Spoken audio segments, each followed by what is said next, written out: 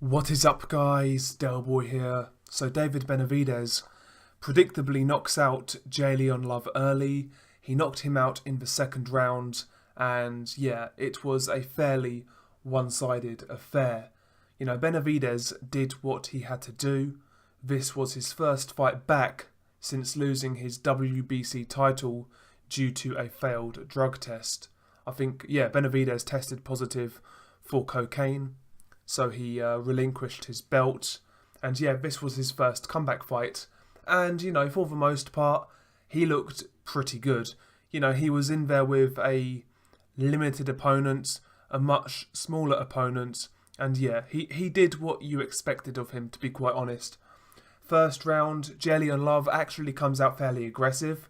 Much smaller man, trying to get on Benavidez's chest and work the body. It's not really having much effect. Benavidez just biding his time, trying to find his shots, trying to find that right-hand counter as Jalen Love is coming forwards. But, towards the end of a round, Benavidez starts to get aggressive. He starts to let his hands go. He hurt Jalen Love with a really nice right hand that he timed really well. And yeah, towards the end of the first round, Benavidez, started to open up, started to let go of combination punches, and yeah, you could tell Jalen Love was getting overwhelmed in the first round. Like I said, Jalen Love was hurt. Round two, more of the same. Benavidez being more aggressive.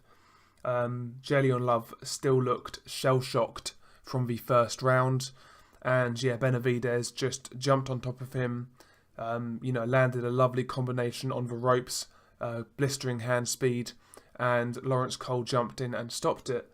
The final sequence, Jalen Love was hurt originally by a right hand. You could tell that shot really affected Jalen Love.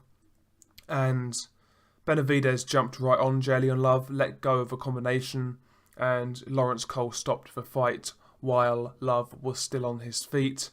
I've seen a few people say it was a premature stoppage, and I get what they mean. But, Love, he wasn't winning that fight, and he was getting stopped very, very soon. So I'm not really that fussed about it, to be quite honest. Jalen Love was done. So yeah, it was what it was. And Benavidez, he performed well. He did what he had to do, like I said. But I'm not going to get hyped off his performance. To me, Benavidez, he still has a lot to prove. Does he have a lot of impressive physical attributes? Of course. He's big for the weight. He can punch hard. He has very good hand speed. Good in the pocket. Decent jab. He's got a lot of good things going for him.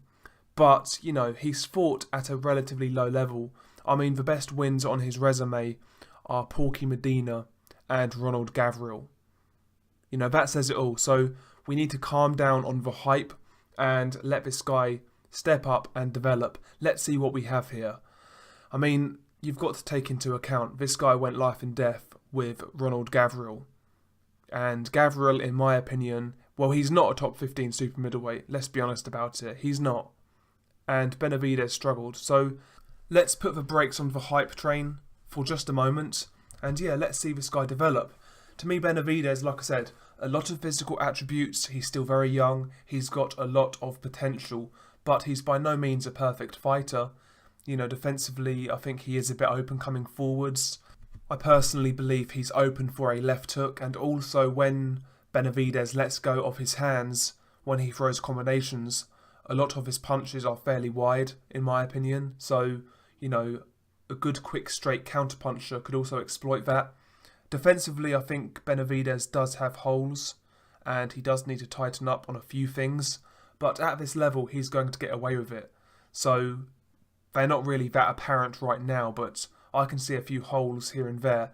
And listen, they are going to get ironed out as he progresses, as he gets older, as he has more fights. But right now, I've heard some people say he's the best at 168. That's just ridiculous looking at his resume. It really is. I'm not trying to hate on the guy, but, there's far more proven 168 pounders than David Benavidez. To put it in perspective, Chris Eubank Jr. has better wins at 168 than David Benavidez. let's just halt the hype train for just a bit, because it's getting a bit ridiculous. I'm going to be completely honest about it.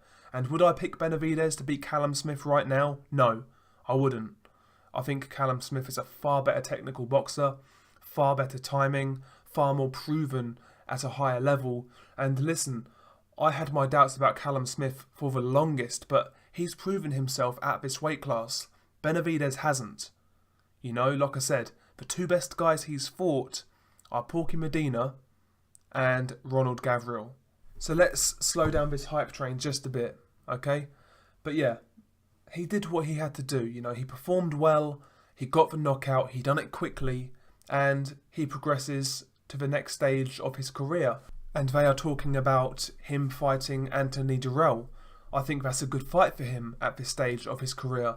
I do believe Anthony Dirrell has seen better days now, and he's fairly limited, but still, Anthony Dirrell does represent a step up in competition for David Benavidez. So I think that's an ideal fight for Benavidez, to be quite honest. It's a chance to get his title back, and also it would be a step up. And, you know, providing he gets that fight next and providing he wins, then he can look at unifying. Maybe against Caleb Plant, you know. They are on the same side of the street, so that fight should be easily makeable. But yeah, share your thoughts below. Peace.